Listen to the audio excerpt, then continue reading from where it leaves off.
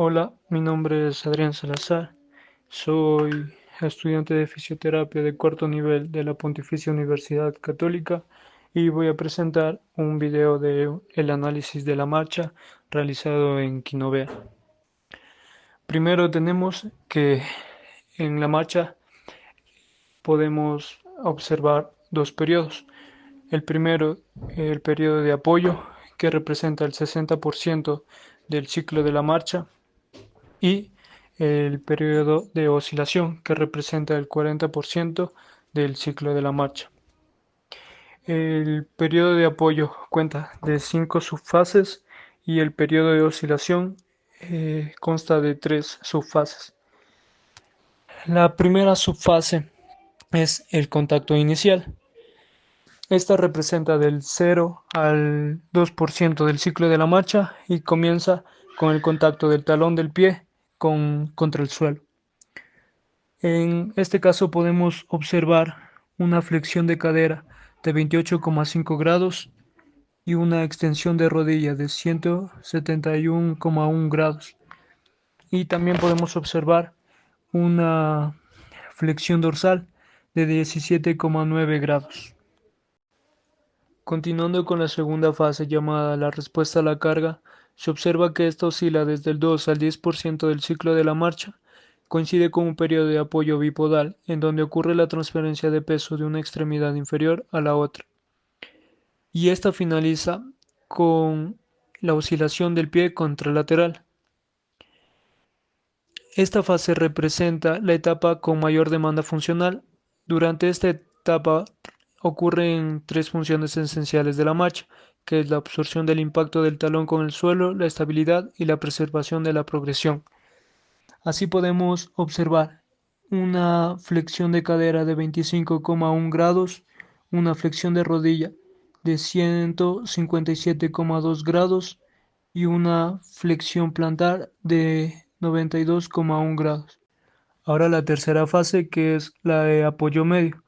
Esta representa del 10 al 30% del ciclo de la marcha.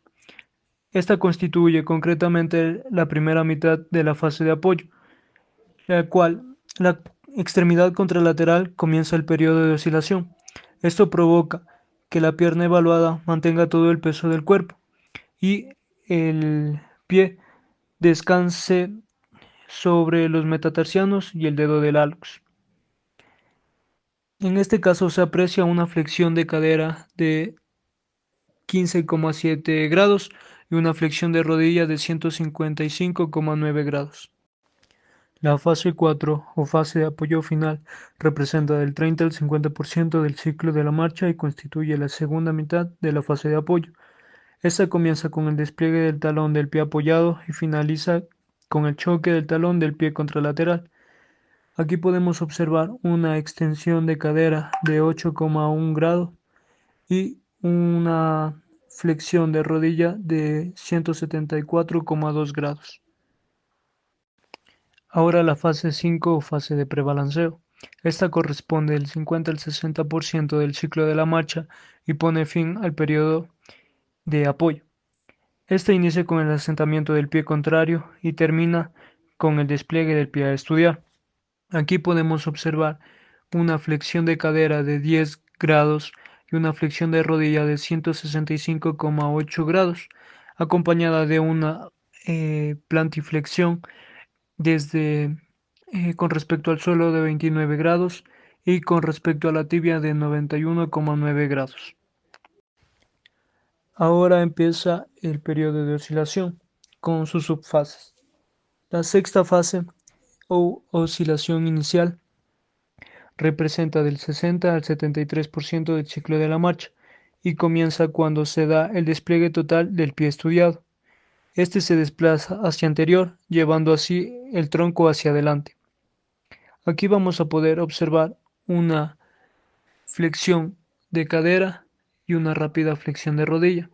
La flexión de cadera es de 4 grados y la de rodilla de 141,2 grados.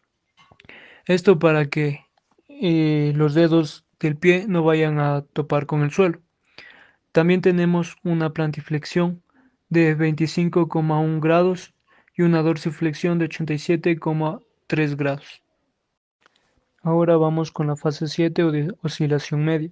Esta representa del 73 al 87% del ciclo de la marcha y se da cuando el pie en el aire supera la extremidad inferior contraria y finaliza cuando la tibia adopta una posición vertical con respecto al suelo. Aquí podemos observar una flexión de cadera de 21,3 grados, una flexión de rodilla de 158,8 grados y una dorsiflexión de 83,1 grados. Por último, la fase número 8 o fase de oscilación final. Esta representa del 87 al 100% del ciclo de la marcha y finaliza cuando el pie tiene contacto con el suelo de nuevo. Aquí podemos observar una flexión de cadera de 28,6 grados, una extensión de rodilla de 169,6 grados y una dorsiflexión de 89 grados. Ahora voy a explicar la activación de la musculatura implicada en la marcha. Primero debemos saber que la marcha humana se trata de un desequilibrio inercial hacia adelante, que gracias a un maduro control motor y a una sincronización perfecta de los numerosos músculos que intervienen, se realiza con un escaso consumo de energía. Primero vamos a hablar sobre la musculatura del tobillo. Esta se encarga de asegurar el avance y la progresión del sujeto. De este modo, los principales músculos que intervienen en la movilidad del tobillo son el tibia anterior y los gastrocnemios, como podemos ver en la imagen. Cuando existe el contacto del talón en el suelo, el pie cae lentamente hacia la flexión plantar, gracias a la acción excéntrica del tibial anterior, como se puede apreciar en la imagen. Esto se denomina rodamiento del talón. Una vez que el pie contacta completamente con el suelo, la que avanza es la tibia. Entonces, aquí intervienen los gastrocnemios realizando una contracción excéntrica para evitar que la tibia se desplace demasiado hacia anterior. Esto se denomina rodamiento del tobillo. Después, los gastrocnemios rápidamente pasan a una contracción concéntrica para producir el impulso necesario para la oscilación y el avance del miembro levantado y levantando el talón del suelo.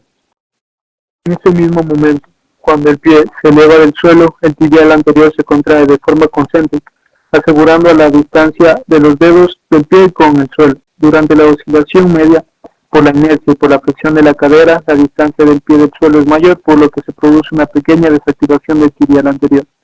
Pero en la fase final debe volverse a contraer para asegurar el correcto choque del talón con el suelo. Ahora vamos a hablar sobre la musculatura de la rodilla. La función de la rodilla es asegurar la estabilidad del miembro. De este modo, el trabajo de los principales grupos musculares, recto femoral, bastos y bíceps femoral, se realizan con contracciones. Durante el contacto inicial y la respuesta a la carga, el cuádriceps y los vasos trabajan en excéntrico, manteniendo la tensión con los bíceps para evitar la excesiva flexión de la rodilla.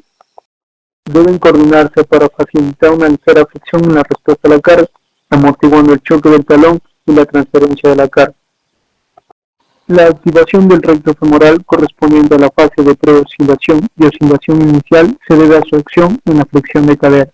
Durante la oscilación final, el bíceps femoral se contrae frenando la inercia del miembro y asegurando la correcta posición de la rodilla. Ahora vamos a hablar sobre la musculatura de la cadera. En este caso, los glúteos solo se contraen durante el apoyo. La función del glúteo mayor es llevar la pelvis en la unidad pasajero hacia adelante. Una vez realizado el choque del talón, extiende la cadera hasta llevar el centro de masas a la vertical. El glúteo medio trabaja en co-contracción con el glúteo mayor y se mantiene durante toda la fase de apoyo monopodal para mantener la pelvis alineada en un plano frontal.